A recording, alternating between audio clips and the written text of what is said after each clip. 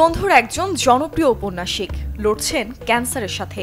ঠিক এই অবস্থায় যোগাযোগ হয় পুরনো বন্ধু মার্থার সাথে, যে একজন যুদ্ধের সংবাদদাতা। স্বেচ্ছামৃত্যু আর জলবায়ু পরিবর্তনের গুরুগম্ভীর বিষয়কে এগিয়ে নিয়ে গেছে বন্ধুত্ব। আমেরিকান নারী সাহিত্যিক সিগ্রিড নুনেজের what are you going through অবলম্বনে তৈরি হয়েছে দ্য রুম নেক্সট ডোর চলচ্চিত্রের চিত্রনাট্য, যেটি জিতেছে ৮১তম ভেনিস আন্তর্জাতিক চলচ্চিত্র উৎসবের সর্বোচ্চ পুরস্কার স্বর্ণসিংহ। বেবি গার্লে অভিনয় করে সেরা অভিনেত্রী পুরস্কার উঠেছে অস্ট্রেলিয়ান আমেরিকান তারকা নিকল কিডম্যানের হাতে। অন্যদিকে দ্য কোয়াইট সানের জন্য সেরা অভিনেতা হয়েছেন ফরাসি তারকা ভান্সো লাদো। দ্য ব্রুটালিস্টের জন্য সেরা পরিচালক হয়েছেন আমেরিকান নির্মাতা ব্র্যাডি করবেট। ৭০mm সেলুলয়েড চিত্রায়িত ছবিটির গল্পে আছে হত্যাযজ্ঞ থেকে বেঁচে ফেরা এক ব্যক্তির গল্প।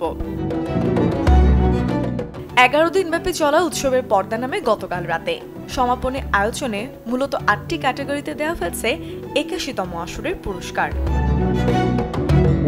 Desk report, channel 24।